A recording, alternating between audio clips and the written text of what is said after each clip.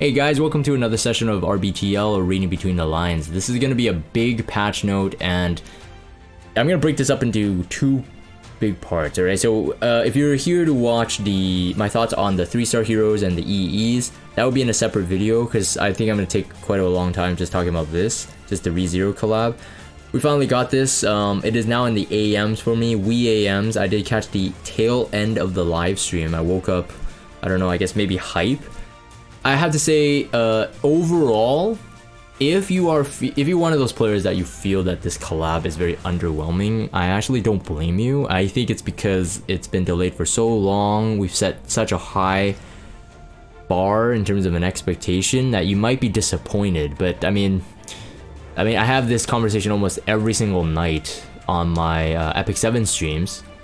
We're talking about this. It's honestly, I think it's just delayed too long. I think for what we got in terms of like all the heroes, all the stuff that's actually happening with this collab, I think it would have been fine if they had released all this info like maybe a month ago, or at least we weren't teased for about half a year.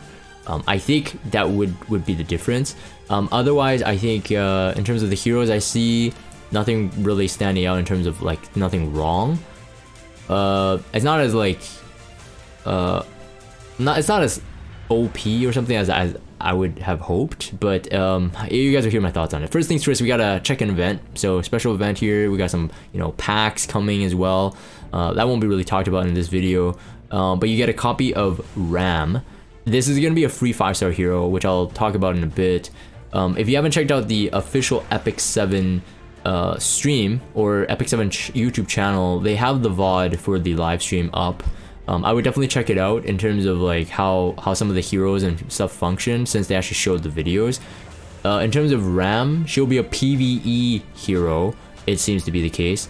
It seems that she's perfect for Blue Expo.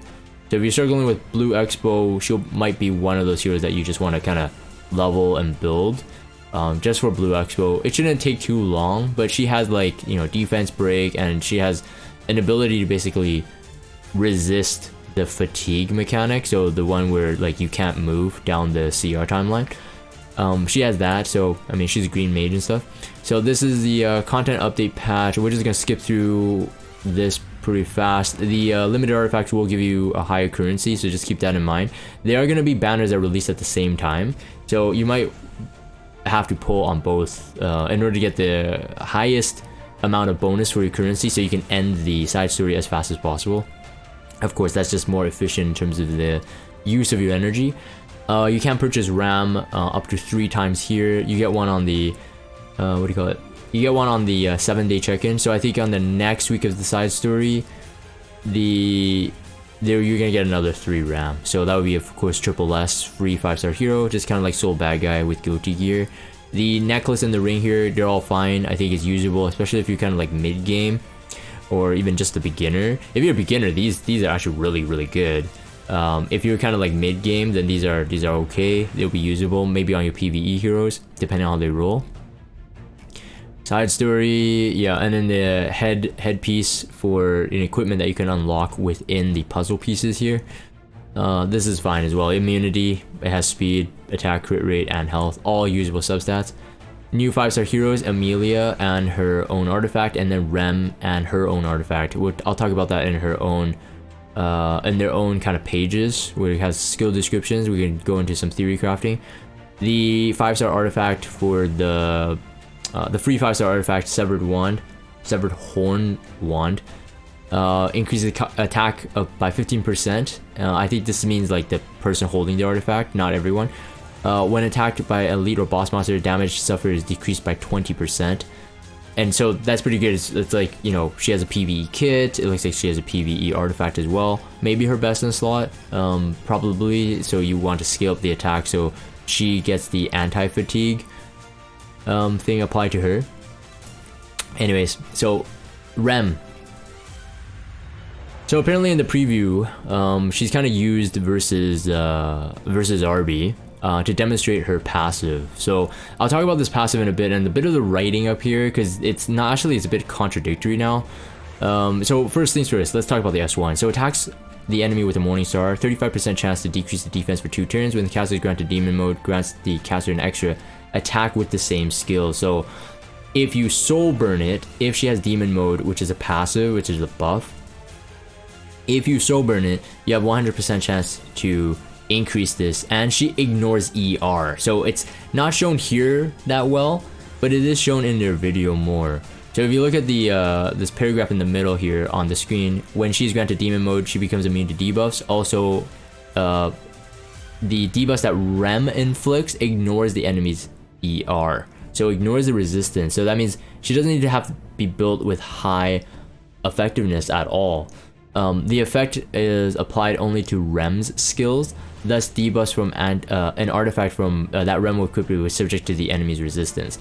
So that means, like, let's say Champion's Trophy or whatever debuff that a warrior can have that maybe do a stun or anything, it will go through an ER check. It only applies to the debuffs that she can do, which means that the defense break can be ignored. The blind chance that she gets on the S3 can be ignored. So those things are pretty important. So she is already a stronger Alencia, if you want to compare that. Stronger Alencia, but she has to have demon mode applied before she can grant that extra attack or extra skill. It will be the same attack though, so not like Alencia where it goes into the S2. It's the same actual attack.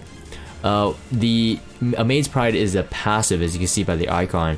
When somebody dies, dispels all debuffs from the caster and grants demon mode for 2 turns. Can only be active once every 5 turns. When an ally except the caster is attacked, has a 15% chance to counterattack with Iron Strike. So Iron Strike takes priority over counterattack with a basic skill. Iron Strike is attacks all enemies, decreasing buff durations by 1 turn, making them unhealable for 1 turn. So a couple things here. There is up to a 20% counterattack chance on the in the skill enhance. So an additional 5 to that 15. This has a 35 up to 50% chance of defense break on the S1. Now for the this description on the S2 is not super clear if you're just reading this. This is why I do recommend you guys watch the video. It will give you kind of a more clear picture on how she works. So if you could read the third paragraph on the screen. A Maid's Pride is a passive skill that dispels all debuffs from the caster and grants her demon mode when an ally dies. So it says when an ally dies here. But in the video, apparently they kill an RB, the RB revive, and she has already granted demon mode. So this description is not correct in that case. So this is something that they definitely have to clarify on. I mean, they've suffered, in terms of Smilegate, has suffered quite a bit on faulty descriptions, and therefore, you know, having to give refunds or recalls or stuff like that. So this would be interesting, but at least we have the video to show it. So yeah, can maybe ignore this if you don't read this. So this second part of the description also is pretty important. Also, when an ally except for the caster is attacked, she has a chance to counterattack with Iron Strike. So we read that already. Then when Rem is equipped with a counter set and is attacked along with her allies, Iron Strike takes priority over counterattack with a basic skill. Iron Strike attacks all enemies, decreasing the buff durations, make them unhealable. So based on this description, it's not so clear here, but based on this top description here, it seems to be that what it's talking about is that if she has demon mode, let's say someone does a single target attack into Rem, she can counter and then she'll defense break at a 50% rate, but it ignores ER. Okay, 50% rate, but ignores ER. But if someone does an AoE and she's attacked alongside, she's not gonna attack like S1, you know, defense break first and then do the Iron Strike. Is that the Iron Strike takes part over the counterattack with a basic skill. So that's basically it. So it's kind of like think about it like 3 separate categories. So this is assuming demon mode is activated for all 3 examples. If she is on a counter set, she gets single target attacked onto herself, she'll apply the S1. If a teammate gets attacked with a single target skill and the Iron Strike procs, remember 20% rate, so same as the counter set, the Iron Strike will take priority. If it's an AoE, all this is saying is that if it's AoE, you won't get the S1 counter, even if you triggered the set counter. But if you triggered the if you triggered the Iron Strike because of an AoE, and you also trigger your counter set, you will only do Iron Strike. So in terms of if someone does an AoE on you on Rem and your counter set procs but Iron Strike doesn't proc, then you only do the S1. So it's not super confusing, I think, but I believe that is how it's explained. So basically you just can't have both at the same time, in other words. In my opinion, they could have just said it that way instead of me kind of categorizing it like that. But in case that was confusing for some of you guys who were reading it, I believe that is the understanding of it, and it's understandable as well. Just know that sometimes if you have like an Elbrus, like Charles for example, that would be the most understandable concept. Charles on a counter set with Elbrus Visual Sword, you know that when you get AoE'd, sometimes you get multiple procs of Elbrus, sometimes you have 0 procs of Elbrus, and you get a counter, sometimes you get no counters. So basically, all that is that, you know, this is, I mean, she's a warrior first off, so she can't get Elbrus anyway, but she has the benefit of Elbrus, and she will benefit from counter set. Now, because she is a warrior, she has access to Sigurd's Scythe, and I think Sigurd's Scythe will end up being the only artifact that really works for her again. Unfortunately, she is an attack scaling DPS though, but you definitely don't want to reduce your bulk too much for high attack and crit damage. It needs to be a balance. So in my opinion, Rem is going to be a pretty difficult hero to build, although I think some people are already theory crafting that even on a counter set, she doesn't need to be on a speed boot, so that she benefits mainly from, you know, either like a crit damage neck, HP ring, or defense ring, depends, and an attack boot, or vice versa. Something along those lines might make her the best, because demon mode does take a long time to cycle back, and it is 5 turns. So if she is bulky enough, and let's say with Sigurd's Scythe, that might be very, very disgusting to deal with. You can't dispel demon mode, and once she has demon mode, her effect resistance, she ignores effect resistance on the S1 and the S3, and she cannot be debuffed. She becomes immune to debuffs. So yeah, it says demon mode can't be dispelled. It actually says that. So like that could be a play. That could be a legit play, that you make her as slow as possible, kind of like ML can. The only issue is that if how the video is describing it and how the S2 describes it, when somebody dies, you have to kill your target really quick. So in terms of how she might be used in RTA, if someone is using like a squishy, she might be a decent counter cleave, you know, she might actually be a decent counter cleave, or she might actually work in a comp where your targets are actually squishy, like very aggro but very squishy. So it could work that way as well. So I definitely think that Rem is in a good place, although albeit a bit of an RNG hero. That has been some of the complaints for the last couple heroes, in terms of like Senya, Ilanav, RNG heroes to boot. But I think Rem's RNG is a very deadly, like a deadlier RNG. I think that's how I would put it. But again, you would need Sigurd's Scythe. So Sigurd's Scythe in Powder Shop when? That would be great. Everybody's been waiting it, but we know that Epic 7 has been avoiding Sigurd's Scythe in the Powder Shop for a long time now. People are actually documenting how long it's been for Sigurd's Scythe to return, whereas all the other artifacts has returned multiple times. So interesting, very interesting. But I definitely think that Sigurd's Scythe, guys, is definitely going to be one of those, unless you have multiple already. It's definitely one of those you want to like have multiple copies of. If you can't max limit break, you want to keep multiple copies. Like one copy is still better than a max limit broken one now at this point. That's how I feel. It's actually pretty tough. And in the S3, increase the attack of the caster for 3 turns. So self attack buff before leaping up and attacking all enemies, and decrease the hit chance for 2 turns. And then before increasing combat readiness of the caster by 50%. So this might be able to set up for like if you're like going with the base speed build that I was just talking about, the combat readiness will come in handy. But you know, you kind of want to rely on a counter anyway. So when you want to use Rem, I think you want to have heroes with her that do damage really quick. That being said, I think Shu's EE, which I'll talk about that again, like I said, in another video. So the 3 EEs that came out released on this patch, I'll talk about in another video. But I think, like, you know, heroes like Shu may have more play now, depending. The artifact is probably the underwhelming part of this banner, in my opinion. Critical hit chance is increased by 15%. When somebody dies, increase the combat readiness of the caster by 24%. Can be activated once per turn. So again, unless you have like a big brain Rem, you probably don't want to have this as her artifact. Although 15% crit rate is very, very good, it's no joke at all. It lowers like a lot of the requirements on what she would need in terms of her build in general. But the combat readiness increased by up to 24%. That's max limit broken. Only once per turn.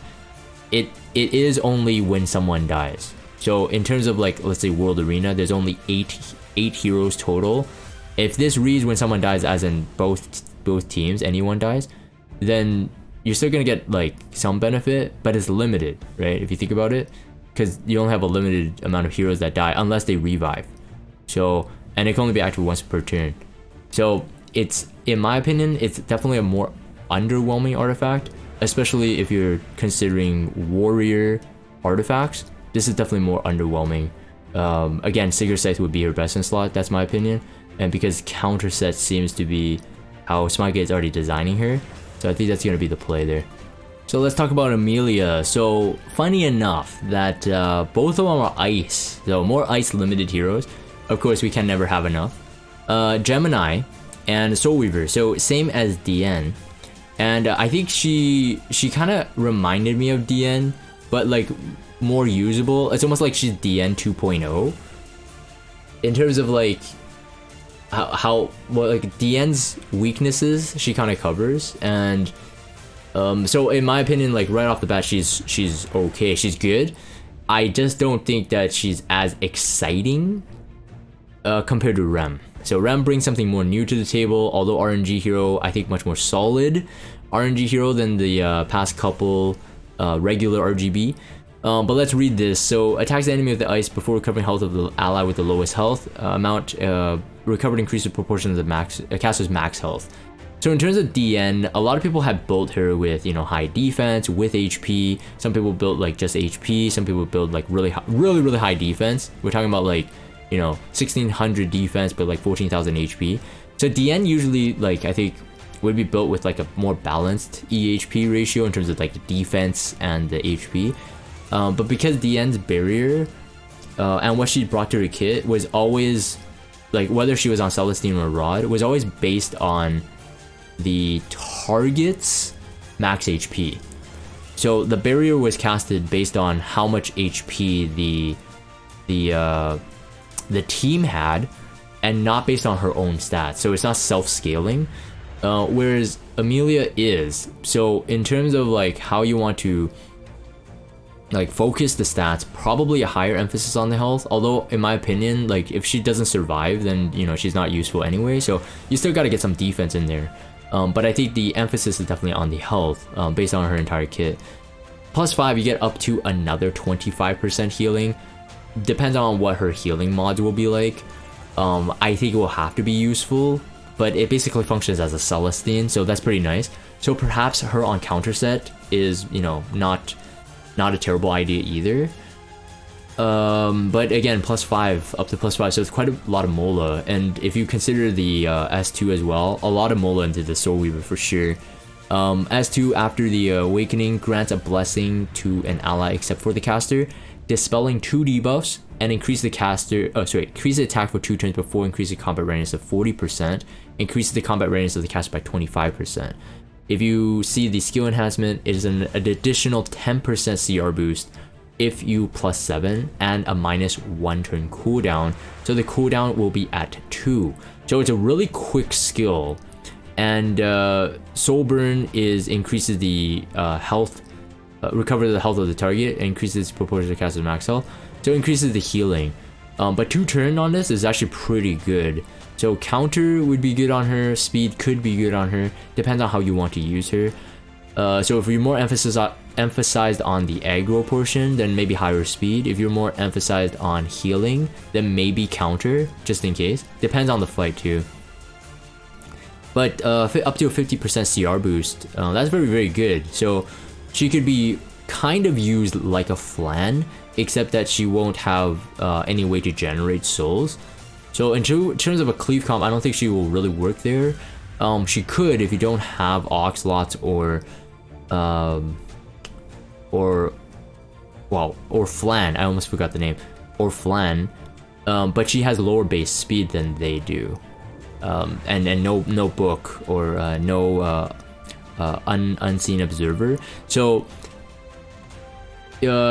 I think it's more useful in sort of like a kind of a second turn or kind of setup, but useful nonetheless, since it is a healing skill and it does cleanse and it does CR boost and it does attack buff. So quite a packed skill, and you know what? Overall, not underwhelming, but it's kind of like, I guess we're kind of used to it, so you might feel that this is underwhelming.